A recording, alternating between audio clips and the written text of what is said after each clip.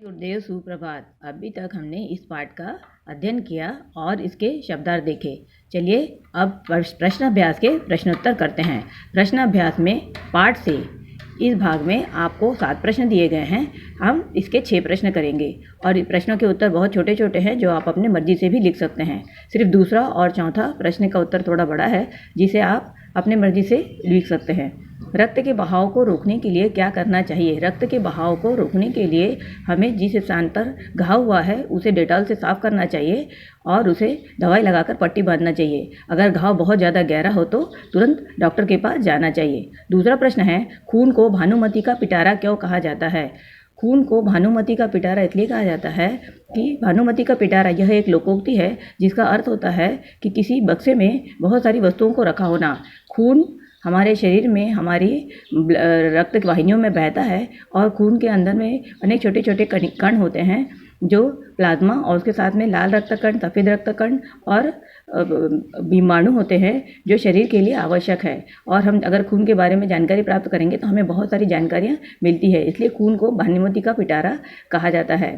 तीसरा प्रश्न है, एनीमिया से बचने के लिए हमें क्या क्या खाना चाहिए? एनीमिया से बचने के लिए हमें वे सारे पदार्थ खाना चाहिए जिसके कारण हमारे शरीर में खून की कमी न हो, जो प्रोटीन, कार्बोहाइड्रेट, विटामिन, वसा और शरीर के लिए आवश्यक सभी पदार्थ हमें खाना चाहिए। अंकुरित अनाज, इसके साथ ही दूध, हरी सब्जियां, फल आदि हमारे शरीर के लिए आवश्यक है, उसे भी हमें खाना चाहिए और शरीर को एनीमिया से बचाना चाहिए।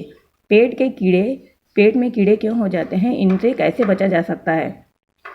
पेट में कीड़े हो जाने का मुख्य कारण है गंदगी।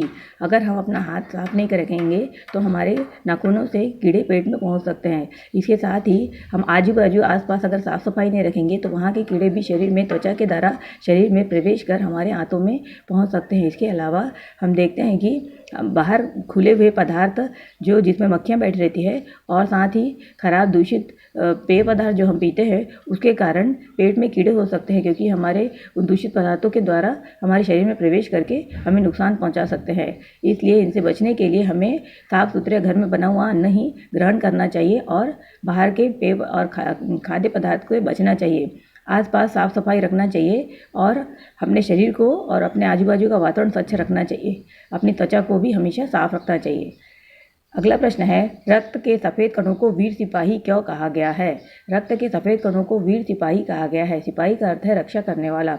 रक्त के सफ़ेद कण बाहर से आने वाले कीटाणु बैक्टीरिया को मारकर हमारे शरीर की रक्षा करते हैं, इसलिए रक्त के सफ़ेद कणों को वीर सिपाही कहा गया है। छठवां प्रश्न है, ब्लड बैंक में रक्तदान से क्या लाभ है? ब्लड बैंक में रक्तदान करने से मरीज को आसानी से रक्त उपलब्ध कराया जा सकता है। ब्लड बैंक वह स्थान है जहां पर रक्त लेकर शुद्ध करके जमा करके रखा जाता है। जिस व्यक्ति को ज़रूरत है वह जाकर तुरंत रक्त ले सकता है। इससे मरीज के समय की बचत होती है, साथ ही उसे रक्त उपलब्ध भी हो जाता है। इस प्रकार ब्लड बैंक का हमें हमारे जीवन में बहुत महत्व है। 18 वर्ष से अधिक उम्र का कोई भी व्यक्ति रक्तदान कर सकता है। इस प्रकार आप अपने प्रश्नों के उत्तर लिख लेंगे, इस पाठ को अच्छे से पढ़कर समझ लेंगे।